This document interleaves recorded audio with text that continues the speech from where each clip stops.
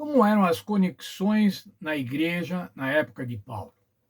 Como que se davam as comunicações entre os irmãos, entre os apóstolos, entre as igrejas? Hoje nós dispomos de meios de comunicação universais, imediatos, WhatsApp, e-mails. A internet nos proporciona isso. Hoje nós podemos telefonar de qualquer lugar do mundo, fazer mensagens de áudio, mensagens de vídeo. Mas e na época de Paulo, no século I, como era isso?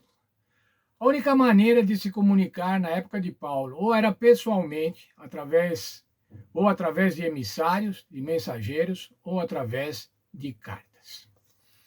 Era essa a maneira como o apóstolo Paulo se comunicava, através de cartas e através de mensageiros, ou, quando possível, pessoalmente.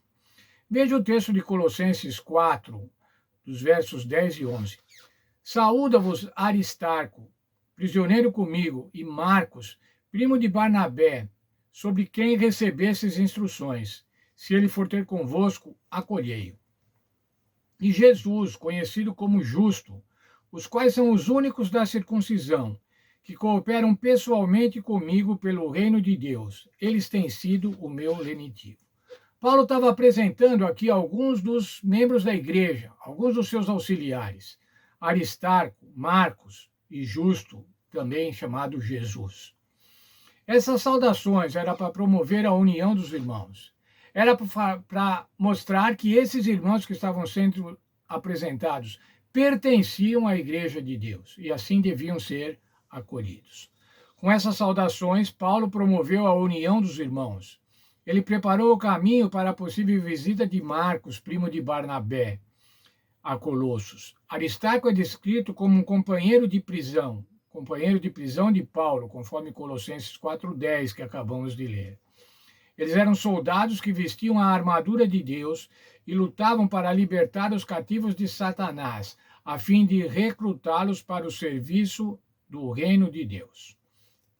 Jesus, conhecido como Justo, também é elogiado como um colaborador fiel do Evangelho. Veja, irmãos, aí está apresentando três nomes: Aristarco, Marcos e Justo. Os únicos da circuncisão. O que é isso, irmãos? Os únicos da circuncisão. Eram os únicos judeus convertidos que Paulo estava agora apresentando à igreja de Colossos. Mas se você olhar os versos 12 a 14, você vai encontrar lá mais três nomes: Epáfras, Lucas e Demas, que eram gentios, que eram estrangeiros.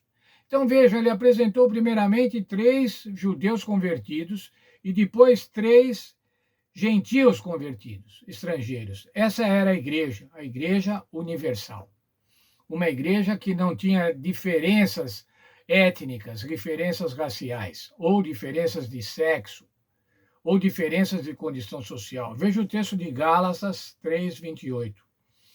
Todos foram batizados em Cristo, portanto, não há diferença entre judeus e gregos, entre escravos e livres, entre homens e mulheres. Todos vocês são um em Cristo. Os membros da igreja eram iguais diante da igreja, diante da congregação. Não importava a sua condição social, não importava a sua condição étnica, não importavam seus recursos, todos eram iguais, todos pertenciam à igreja. A equipe de Paulo, portanto, era uma equipe multinacional, assim como a igreja estava se tornando uma igreja multinacional. Paulo fez questão de mencionar que Aristarco, Marcos e Justus eram judeus convertidos, pois eram da circuncisão.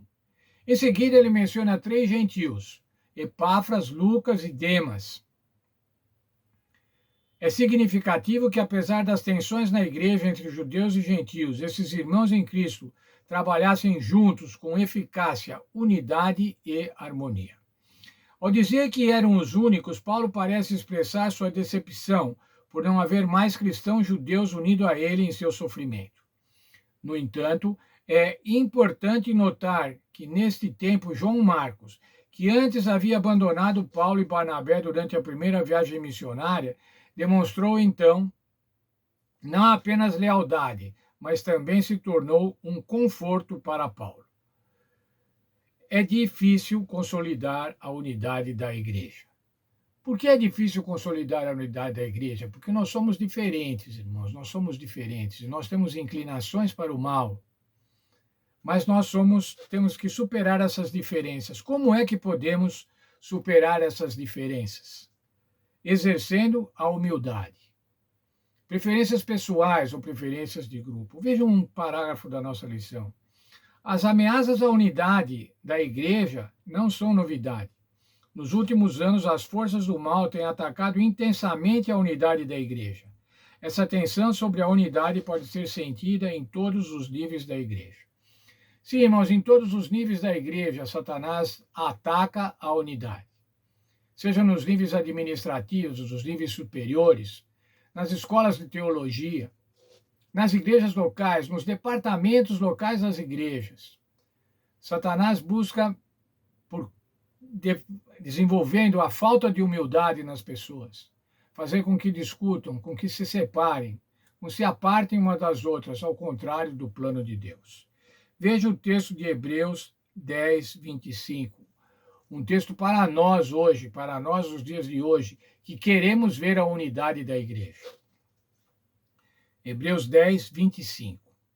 Não deixemos de nos reunir como algumas pessoas estão fazendo. Ao contrário, vamos nos reunir e fortalecer uns aos outros. Ainda mais agora que vocês estão vendo que o dia do Senhor se aproxima. Sabe, irmãos, às vezes a gente vê cada divisão tola na igreja. Divisão por conta de horário. Qual o horário da escola sabatina? Qual o horário do culto? Ou como é que deve ser o programa? Como devem ser as músicas? Tem que ter bateria? Não pode ter bateria? Divisões na igreja, as pessoas se separam por causa disso. A nossa lição, irmãos, tem um texto para meditar. Como você pode, em sua igreja local, trabalhar para diminuir o que ameaça a unidade? Quais são as tensões e o que pode ser feito para enfrentá-las? Sabe, irmãos, a melhor coisa para haver unidade é haver um espírito conforme, um espírito de aceitação. Podemos ter diferenças, irmãos, podemos ter diferenças de pensamento, mas nós devemos saber que quando estamos na igreja, nós somos uma unidade. E o mundo vai saber que nós somos uma unidade, vai saber que nós somos a igreja do Senhor Jesus Cristo, quando nós tivermos unidade. Como diz o texto do Senhor Jesus, nisso conhecerão que sois meus filhos, se vocês tiverem amor uns aos outros. Amor não se demonstra com divisões, amor não se demonstra com separações, com preferências, mas amor se demonstra com unidade. Amor se demonstra com humildade, com a vontade de estar junto. Esse texto, irmãos, de Hebreus, é belíssimo. Não façam como aqueles que estão deixando de se reunir, ou estão se reunindo particularmente. Não, mas sejam juntos e se fortaleçam uns aos outros.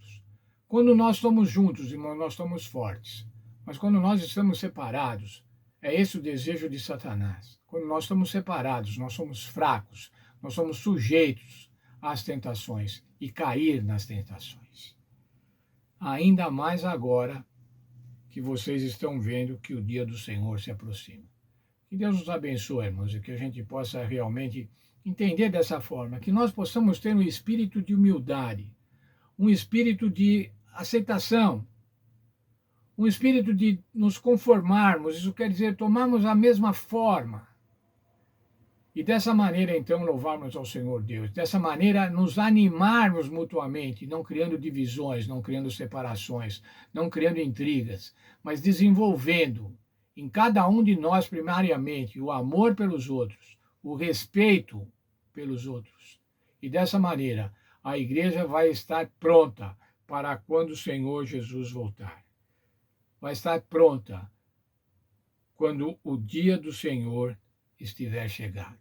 Que Deus abençoe a cada um de nós e nos abençoe no desejo de sermos humildes e estarmos unidos como um corpo, pertencendo ao corpo de Cristo, pertencendo ao corpo de Cristo, que é a igreja, e não pertencendo às nossas preferências pessoais ou os nossos desígnios pessoais.